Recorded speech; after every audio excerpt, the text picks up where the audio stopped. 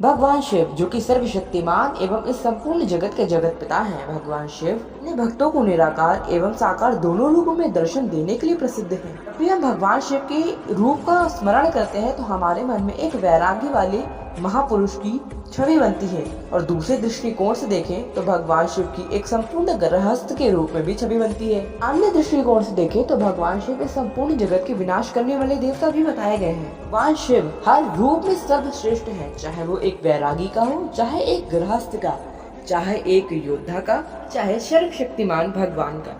आइए आज का वीडियो भगवान शिव पर ही आधारित है। आज के इस वीडियो में हम आप सभी को यह बताने का प्रयास करेंगे कि भगवान शिव के पास डमरू, त्रिशूल, नाग एवं चंद्र कहां से आए और क्यों।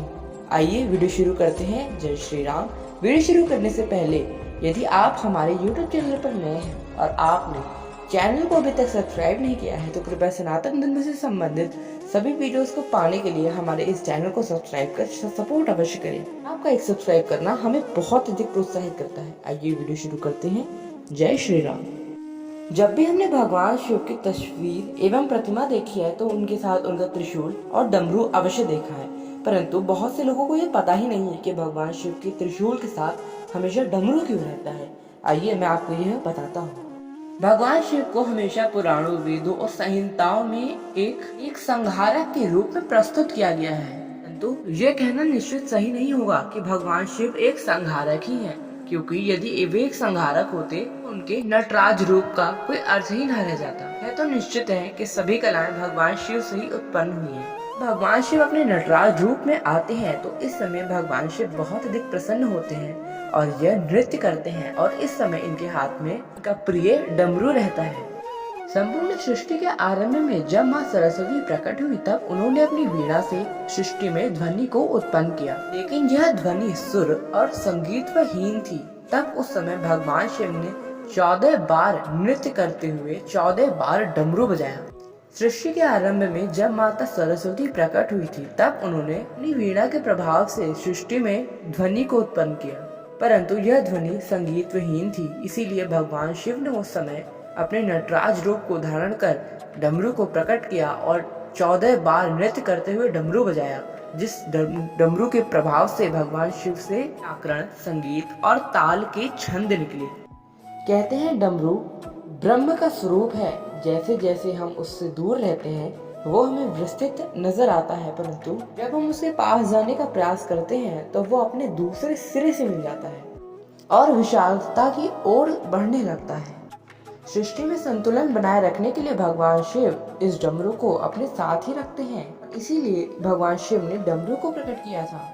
अब रही बात भगवान शिव के त्रिशूल की कि भगवान शिव का त्रिशूल भगवान शिव से किस प्रकार जुड़ा। बहुत सी मान्यताएं ये हैं कि भगवान शिव का त्रिशूल का निर्माण विश्वकर्मा भगवान ने किया था, परंतु अनंत काल में जब कोई भी देव नहीं था, जब स्वयं भगवान शिव ही थे, तब उस समय ही भगवान शिव के साथ उनका त्रिशूल था। तो इस बारे में कहीं भी जानकारी नहीं मिलती है कि भगवान शिव का त्रिशूल किस प्रकार भगवान शिव से जुड़ा। वो जब से भगवान शिव है तब से उन्हीं के साथ है। कहते तो यह भी है कि भगवान शिव का त्रिशूल रज, तम और सतो गुण से संयुक्त है। भगवान शिव के त्रिशूल में यह तीनों गुण हैं। भगवान शिव का त्रिशूल सर्वशक्तिशाली एवं महाप्रलयंकारी अस्त्र है। इस बारे में बहुत जानकारी प्राप्त करने के बाद भी हमें सिर्फ यह निष्कर्ष मिला कि भगवान शिव का त्रिशूल हमेशा से ही उनके साथ रहा है। भगवान शिव के त्रिशूल से जोड़ने की कोई कथा हमें नहीं प्राप्त है। यदि आपको पता हो तो कृपया एक बार कमेंट सेक्शन में उसे कमेंट अवश्य करें। अब बात करते हैं भगवान शिव के साथ नाग कहां से आ गया। ये कौन सा नाग है जो भगवान शिव के गले में है। यह नागराज का नाम है नागराज वासुकी। यह नाग शेष नाग के छोटे भाई भी कहे गए हैं और नागलोक के दूसरे राजा भी कहे गए हैं। पुराणों में यह उल्लेख मिलता है कि यह नाग बहुत अधिक शक्तिशाली था। जब समुद्र मंथन किया गया था तब उस समय इस नाग को रस्सी के रूप में प्रयोग किया गया था और उसे मंदार पर्वत को मथा गया था, जिसके द्वारा समुद्र मंथन हो पाया था। नागराज वासुकी भगवान शिव के परम भक्त थे। भगवान शिव की भक्ति से भगवान शिव से यह वरदान प्राप्त हुआ था कि वे नागलोक के राजा होंगे और भगवान शिव स्वयं उन्हें आभूषण के रूप में अपने गले में सदा धारण करेंगे। इस वरदान के कारण भगवान शिव अपने गले में नागराज वासुकी को यानी एक सांप को धारण करते हैं। अब बात करते हैं अर्धचंद्र भगवान शिव के सर पर कैसे आ गया। इस बारे में हमें शिव पुराण में एक कथा प्राप्त होती है कि जब चंद्रदेव ने दक्ष प्रजापति की 27 कन्याओं से विवाह किया था और ये 27 कन्या अलग अलग नक्षत्र मानी जाती है। इन 27 कन्याओं में से एक कन्या का नाम रोहिणी था, जिससे स्वयं चंद्रदेव बहुत अधिक प्रेम किया करते थे। यह बात अन्य 26 कन्याओं को पसंद नहीं आई और उन्होंने अपने पिता दक्ष प्रजापति से इस बारे में शिकायत कर दी। तब दक्ष प्रजापति ने क्रोध में आकर चंद्रदेव को क्षीण होने का श्राप दे दिया। के बाद चंद्रदेव ने भगवान शिव की बहुत घोर तपस्या की और भगवान शिव से यह वरदान प्राप्त किया कि वे स्वयं उनके सर पे उन्हें स्थान दे दिया जाए। इसके बाद भगवान शिव ने उनको यह वरदान दे दिया और जहाँ चंद्रदेव ने तपस्या की थी वह स्थान सोमनाथ भी कहलाता है। इसलिए चांद की रोशनी कभी कम होती है तो कभी ज्यादा हो जाती है।